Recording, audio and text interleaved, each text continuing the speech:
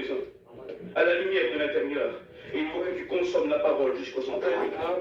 Il faut que tu consommes l'agneau jusqu'aux entrailles. Il faut que tu écoutes ce que le Saint-Esprit dit à ton cœur chaque jour. Règle de l'enfer. Reviens sur tes pas. Reviens dans la lumière. Le Seigneur t'attend. Le Seigneur sait. Merci Seigneur. Le Seigneur connaît. On ne peut rien lui cacher. Il a fait alliance avec nous par son sang. Et nous, maintenant, nous préservons cette alliance par notre sanctification, qui est le respect de sa parole. Parce que Jésus-Christ va dire comment un homme pourra prouver qu'il m'aime. S'il connaît tout? Non. S'il fait tout? Non. Comment un homme pourra prouver qu'il m'aime? En observant toutes mes paroles. En observant toutes mes paroles. Celui qui plaît à Dieu, ce n'est pas celui qui a le plus grand nombre, ce n'est pas celui qui a le plus grand cri, ce n'est pas là où il y a le plus de pleurs, ce n'est pas là, là où c'est plus intéressant, ce n'est pas là où on parle le mieux, là où on chante le mieux, non. Dieu se sent bien, là où sa parole est respectée, là où sa parole est honorée. C'est là où Dieu se sent bien. C'est là où Dieu se sent bien. Nous devons être des temples sanctifiés par le sang, des temples légaux où Dieu se sent bien. Dieu n'habite pas dans un temple avec des portes ouvertes au monde. Dieu habite dans un temple sanctifié par le sang, légal, là où il se sent bien. Hébreux 9, 22 nous dit, et presque tout d'après la loi, est purifié avec du sang. Et sans effusion de sang, il n'y a pas de pardon. Il n'y a pas de pardon. Il a fallu que le sang jaillisse de ses veines, coule de son corps, de sa vie sainte, afin que nous soyons pardonnés. Et tout dans l'Ancien Testament, c'est une image de la croix, est purifié par le sang. Et après avoir été purifié par le sang, il devait rester sanctifié pour Dieu. Il ne pouvait plus servir à un autre usage, si ce n'est de servir le culte du Dieu vivant. Quand le sang touchait un ustensile du tabernacle, vous savez, le tabernacle dans le désert, vous avez déjà vu l'image, ou lu la Bible, nos pasteurs vous l'ont enseigné. Il y avait un tabernacle dans le désert que Moïse avait érigé sous l'ordre du Seigneur, Exode 25. Et tous les ustensiles du tabernacle qui avaient été touchés par le sang, ils demeuraient sanctifiés dans le tabernacle. Quand le sang avait touché un vase, quand le sang avait touché une fourchette, un couteau, une fiole d'huile, il ne pouvait plus sortir du tabernacle et servir aux usages quotidiens de la vie de tous les jours. C'était impossible. Et le sang nous a touchés. Amen. Le sang nous a pardonnés. Nous sommes devenus l'habitation de Dieu en esprit. Amen. Tu es un ustensile du tabernacle de Dieu. Le sang t'a touché.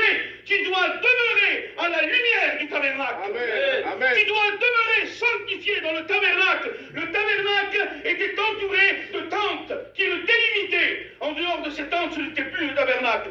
Dans ces tentes, c'était le tabernacle. Et les ustensiles n'avaient pas le droit d'aller en dehors de ces tentes. Et la limite de ces tentes nous représente les bornes de la parole de Dieu. L'ustensile qui sortait en dehors n'était plus sanctifié. Il ne pouvait plus entrer à l'intérieur et servir le Dieu vivant. Il fallait que le sang repasse dessus.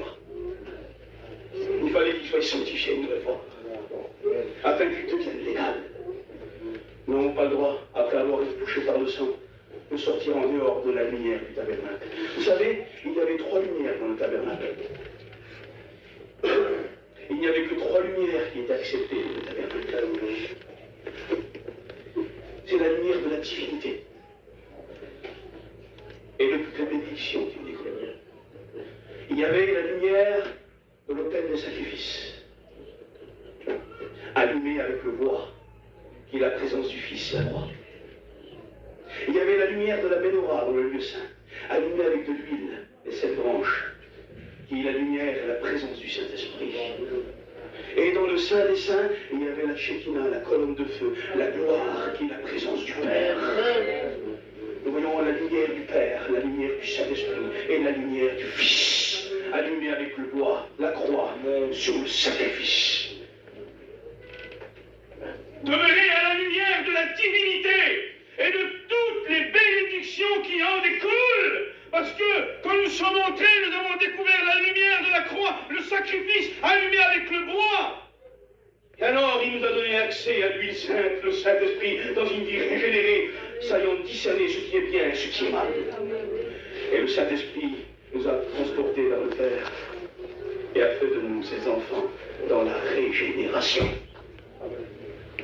Nous n'avons plus le droit de sortir du tabernacle.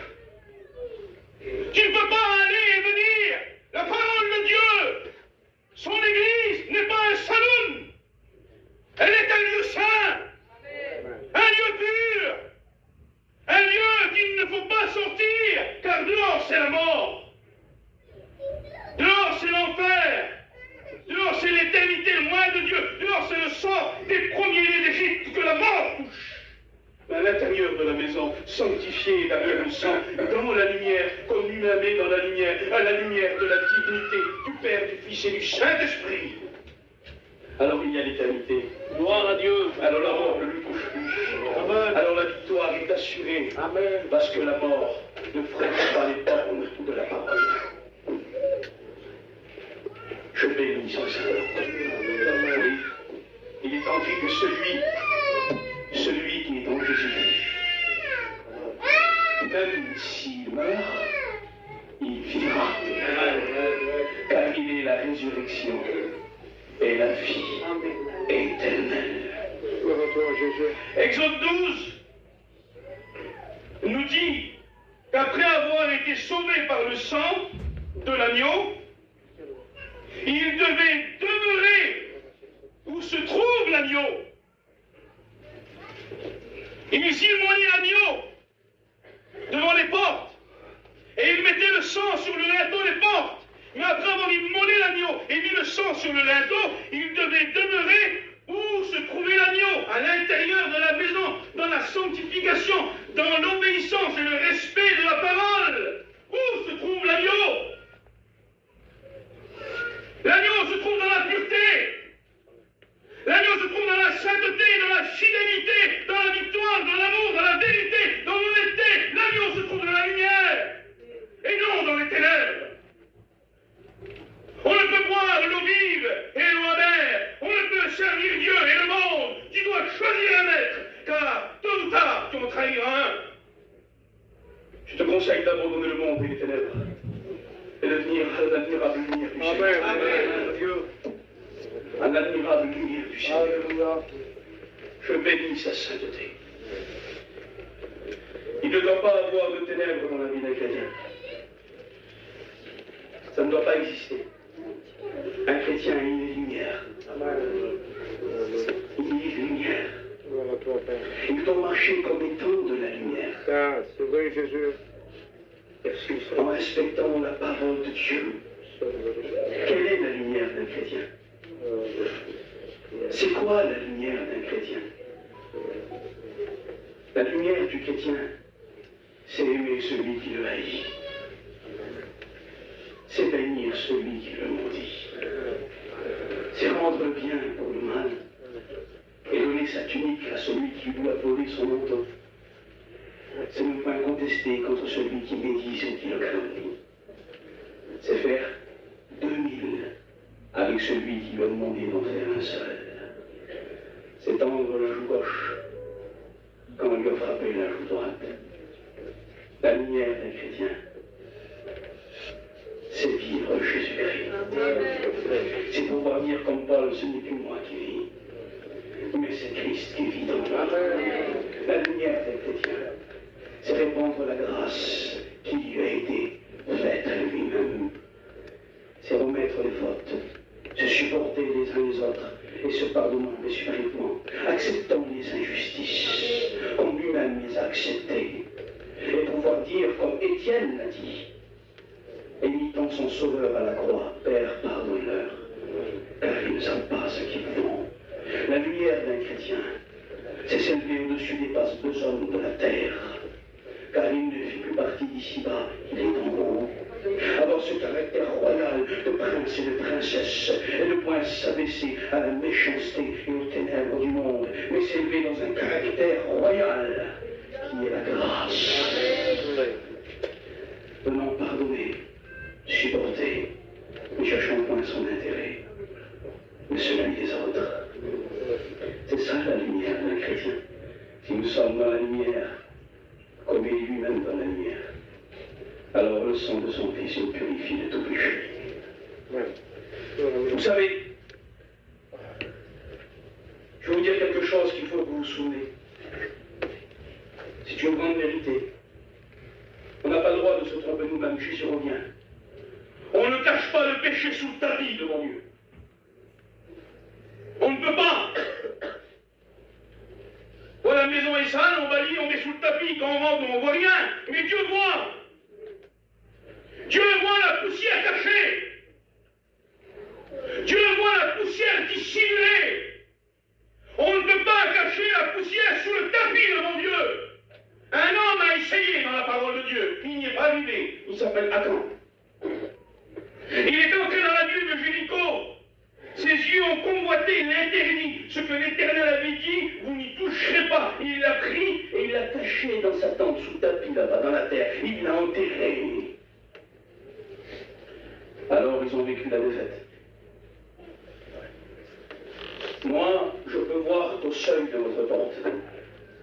Je peux voir vos yeux, voir votre visage, le foulard sur votre tête, la Bible dans votre main, le micro dans lequel vous chantez, mais Dieu voit à l'intérieur de la maison.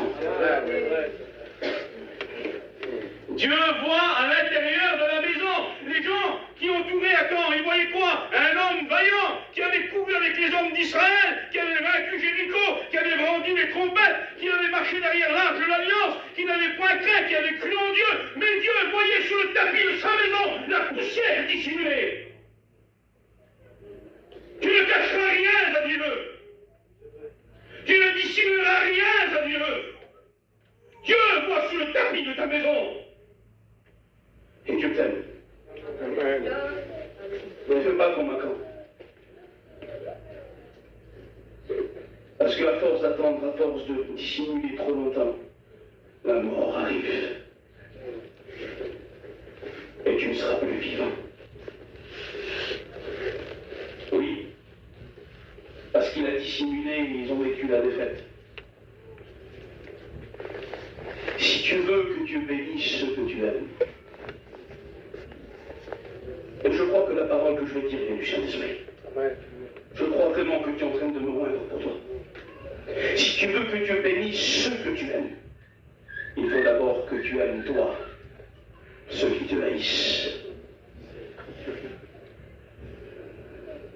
Si tu veux que Dieu bénisse ta maison, il faut que tu bénisses la maison qui te maudit. Et alors tu seras à la lumière comme lui est à la lumière. Amen. À la lumière du tabernacle. Et la bénédiction de la divinité découlera avec toute sa lumière en ta vie. Dieu connaît qui nous sommes vraiment. Il y avait un vieux prophète en Israël. Il était même aveugle. Il ne voyait plus. Il avait les deux yeux dans les ténèbres. Et là, il y a une femme qui va venir et va essayer de se dissimuler. Elle n'avait pas encore franchi le seuil que le vieux prophète, en qui habitait celui qui connaît tout, va lui dire « Entre, femme de Jéroboam ». Sûrement qu'elle avait passé dans la ville, personne ne l'avait arrêtée. C'était une princesse. Tout le monde serait prosterné. Elle aurait été arrêtée sur son chemin. Mais c'était tellement dissimulé qu'elle n'a pas été arrêtée. Elle était vraiment maquillée. Elle avait vraiment un masque. Elle était vraiment dissimulée. Personne ne l'avait reconnue. Mais Dieu voit derrière le masque. Dieu voit derrière le maquillage. Dieu te voit derrière ton foulard. Dieu te voit derrière ta Bible, derrière ton témoignage, derrière ton chant. Dieu sait. Et il est capable de te dire ce soir, entre femme de Jéroboam, je connais ta vie. dire dans ta maison là-bas, l'enfant, je le connais. Oui, Dieu sait qu'est-ce qu'il y a dans ta maison. Dieu connaît le problème. Dieu connaît la difficulté. Il serait temps d'ôter le masque. Et de venir à la lumière du Seigneur. Amen. Et de régler ce qui doit être réglé. Et de faire ce qu'il faut faire. Parce que tu peux tromper les hommes et le plus grand des prophètes. Mais Dieu, tu ne le tromperas pas. Et rien n'est caché à ses yeux de flamme. Le Seigneur t'appelle à la repentance.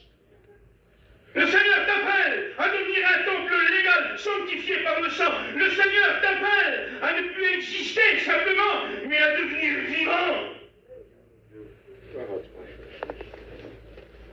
Le Seigneur veut que tu l'aimes. Il veut que tu pardonnes.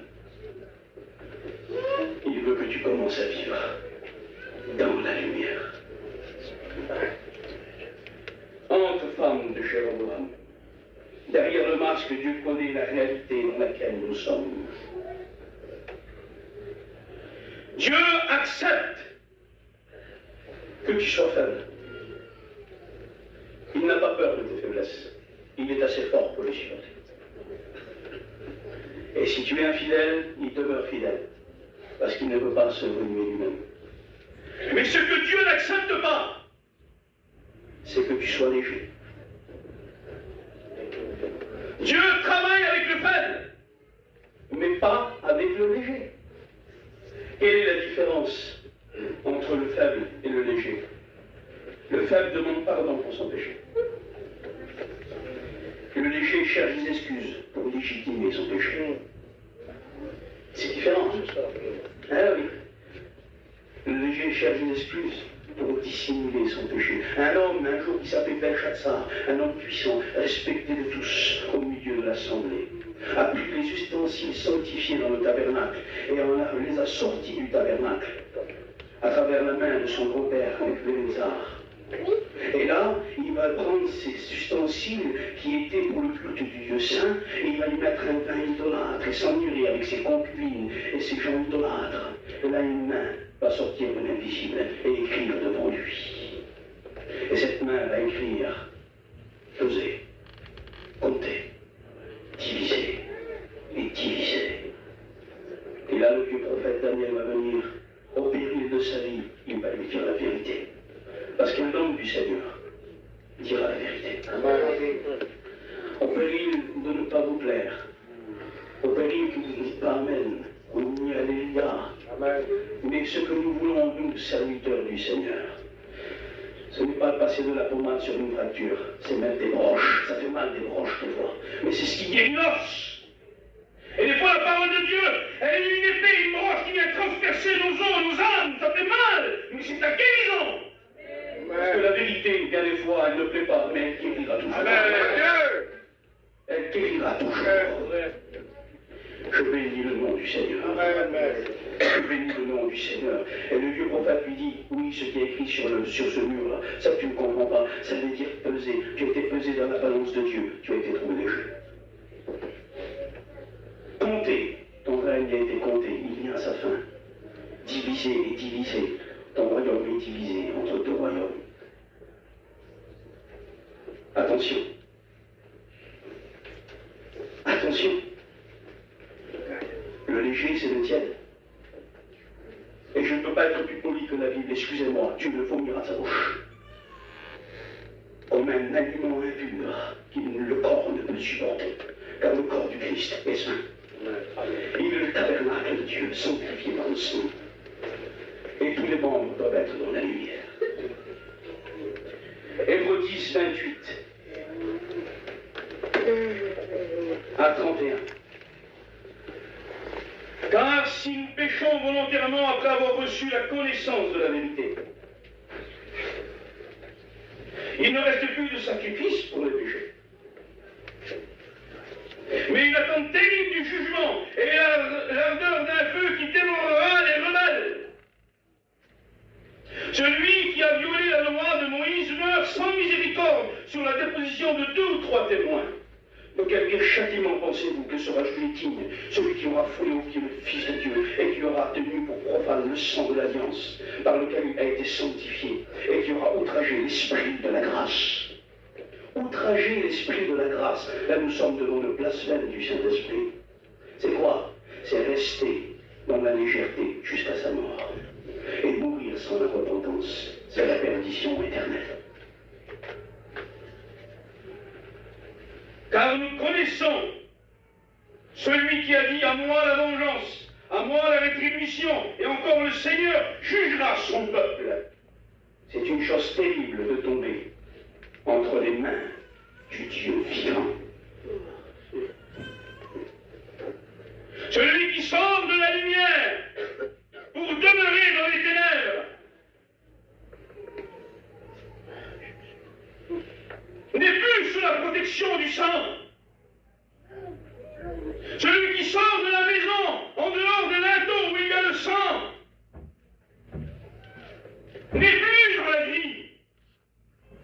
Celui qui demeure dans la lumière, comme lui-même est dans la lumière, alors le sang de son Fils le purifie de tout péché. Parce que le sang prend sa force dans l'obéissance et la sanctification. Amen. Dieu sait ce qui est caché sous le tapis. Dieu voit derrière le foulard, la Bible ou le micro. Et Dieu te dit ce soir, il faut que les ténèbres s'en aillent. La haine, la colère, la médisance, la calomnie, la vengeance. Et il faut que tu viennes à la lumière par la repentance et le pardon. Il faut que le sang te touche à nouveau, afin que tu puisses entrer dans la maison, là où il y a la lumière. Amen. 1 Jean 1, verset 7. Si nous sommes dans la lumière, comme lui-même est dans la lumière, nous sommes mutuellement en communion entre nous et avec le Seigneur. Alors, le sang de son Fils nous purifie de tout péché. Et quand la nuée bougera, nous partirons avec elle. Prions le Seigneur. Seigneur, tu connais tout. Tu sais tout. Éternel, tu ne peux te renier toi-même. Tu ne peux accepter la légèreté. Tu ne peux accepter les ténèbres. Tu ne peux accepter le péché caché. Tu ne peux accepter le compromis. Tu ne peux accepter, Seigneur, un cœur à moitié. Tu veux un cœur tout entier qui demeure baigné dans ton ardente lumière.